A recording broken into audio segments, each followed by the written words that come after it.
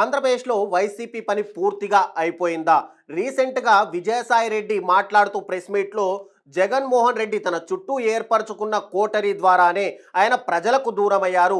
2024 ఎలక్షన్స్‌లో పూర్తిగా వైఎస్ఆర్‌సీపీ డిపాజిట్లు అంటే కొన్ని చోట్ల డిపాజిట్లు కోల్పోవడానికి గానీ, 11 సీట్లకే పరిమితం అవ్వడానికి గానీ పూర్తిగా కోటరీయే ప్రముఖ పాత్ర పోషించింది.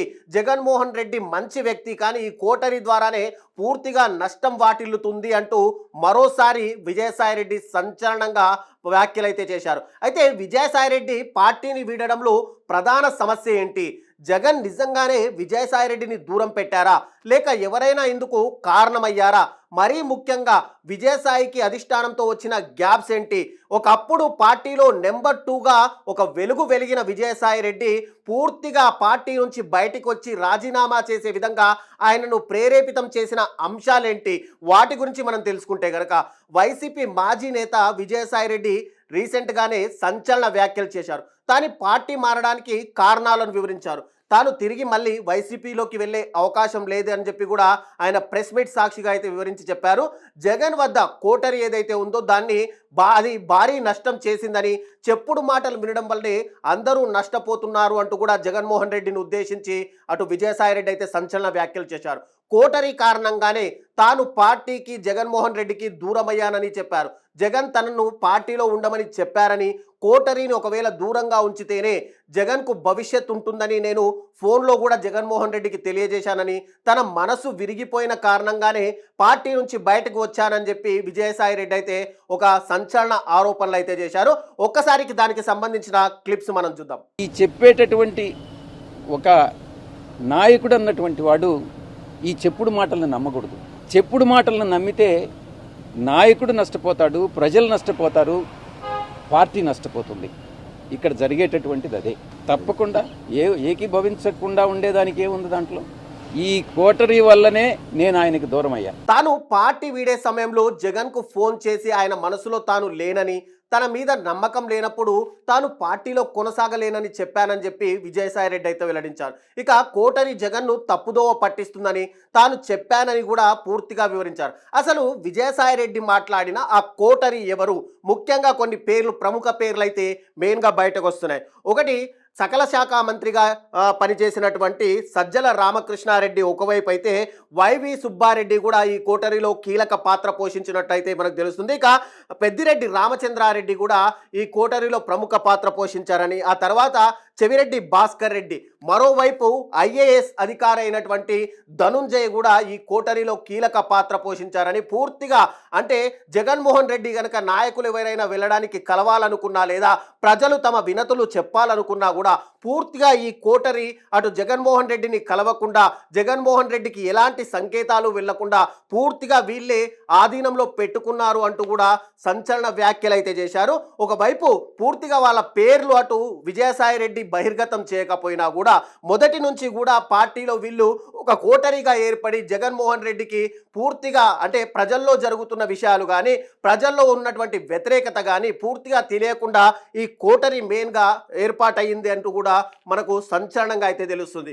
ఇక నాయకుడు అనేవాడు చెప్పుడు మాటలు వినకూడదని, జగన్కు ఎంతో భవిష్యత్తు ఉందని చెప్పి కూడా అటు విజయసాయిరెడ్డి అయితే సంచలన వ్యాఖ్యలు చేశారు. ఇక్కడ టోటల్గా విజయసాయిరెడ్డి మనం ముఖ్యంగా చూసుకుంటే గతంలోకి వెళ్తే వివిధ కేసుల్లో జగన్తో పాటు A1గా A2గా మాత్రమే కాదు, ఒకానొక సమయంలో సాయిరెడ్డి పొజిషన్ కూడా ఫ్యాన్ పార్టీలో నెంబర్ 2గానే ఉండేది. అటు జగన్మోహన్ రెడ్డి ఆస్తులకు సంబంధించి 16 నెలలు జైలు శిక్ష అనుభవించిన సమయంలో కూడా విజయసాయిరెడ్డి ఆయన వెంటే జైలు శిక్ష కూడా అనుభవించారు.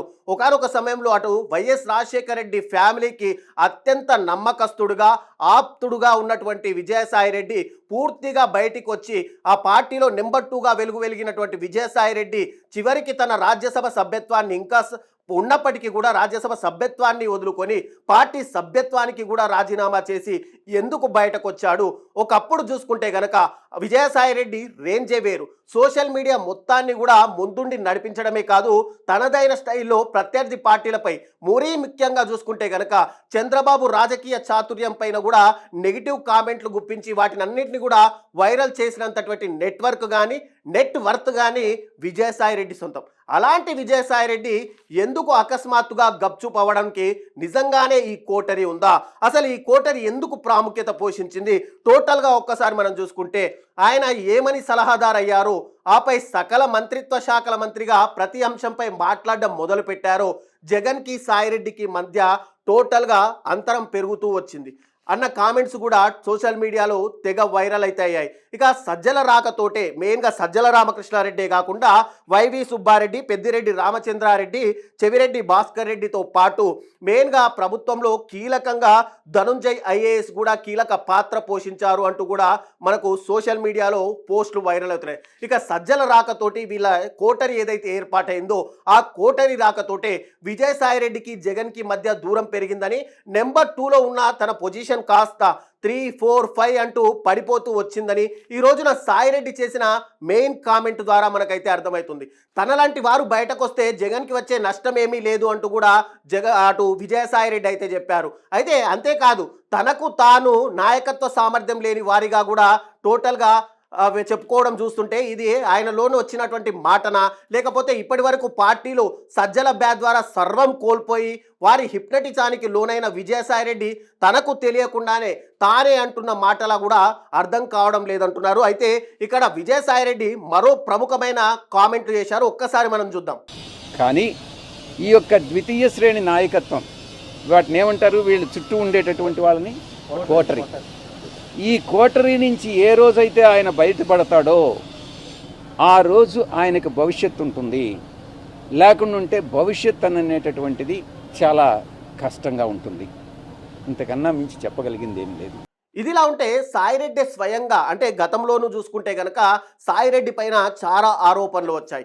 అయితే సాయిరెడ్డి స్వయంగా తనకు వచ్చినటువంటి కాకినాడ ఆరోపణలు కావచ్చు, కూతురు అల్లుడి వ్యాపార వ్యవహారాలు తదితరాలు కావచ్చు, ఉమనైజర్ వంటి ఆరోపణలు వాటితో కూడా దాదాపు ఆయన ఒంటరి పోరు చేయాల్సి వచ్చింది. తాను కష్టకాలంలో ఉన్న దశలో కూడా పార్టీ నుంచి కనీస మద్దతు కూడా విజయసాయిరెడ్డికి లభించలేదు.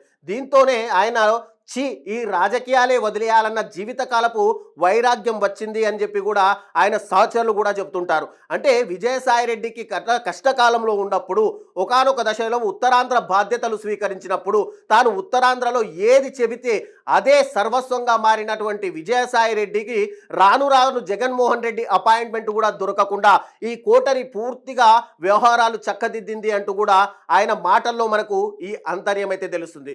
అయితే ఆయన రాజకీయాల్లో చేరాల్సిన ఎత్తులన్నీ చేరినా కూడా రావాల్సిన చెడ్డ పేరు కూడా ఆరోపణలన్నీ కూడా వచ్చేశాయి. దీని అంతటికి కారణం తనకంటూ కూడా ఇక్కడ జగన్మోహన్ రెడ్డిని డైరెక్ట్గా కలవలేకపోవడం, ఆయన దగ్గర ఉన్నటువంటి కోటరీ పూర్తిగా వ్యవహారాలు చూడడం కూడా ఇక్కడ మెయిన్గా విజయసాయిరెడ్డి చేస్తున్నటువంటి ఆరోపణలు.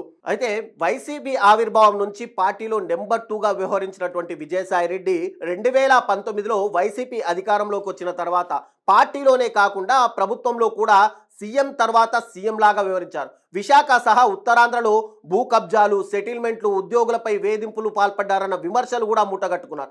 ఉత్తరాంధ్రకు సంబంధించిన ఎమ్మెల్యేలు కానీ ఎంపీలు కానీ ఇతర ప్రజాప్రతినిధులందరూ కూడా విజయసాయిరెడ్డి గీసిన గీత దాటడానికి వీల్లేదని కూడా అప్పట్లో ఆర్డర్లు కూడా పాస్ చేశారు. ప్రభుత్వానికి సంబంధించి ఉత్తరాంధ్రలో ఏ పని కావాలన్నా, సీఎం జగన్ను ఎమ్మెల్యేలు కలవాలన్నా, నియోజకవర్గ సమస్యలు జగన్తో చెప్పాలన్నా కూడా విజయసాయిరెడ్డి అనుమతి ఉండాల్సిందే.